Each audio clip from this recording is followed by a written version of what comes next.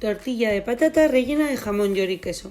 Los ingredientes que vamos a utilizar son 3 patatas grandes, 6 huevos, 150 gramos de jamón cocido, 6 lonchas de queso, sal y aceite de oliva. Pelamos las patatas y laminamos con el espidimando dejándolas caer en la olla microcook.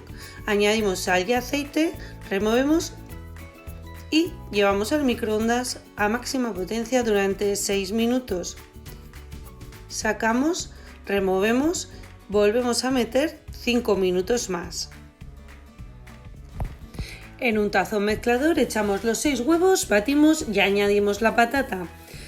Mientras tanto, precalentamos el microprogrill durante 3 minutos con una rodaja de pan. Pondremos en la base una buena cantidad de la mezcla que cubriremos con jamón, queso y jamón. Añadimos el resto de la mezcla de la patata y el huevo y cubrimos bien. Lo llevamos al microondas durante 6 minutos con nuestra tapa alta. Pasados los 6 minutos es cuando lo sacaremos y pondremos tapa baja durante 4 minutos.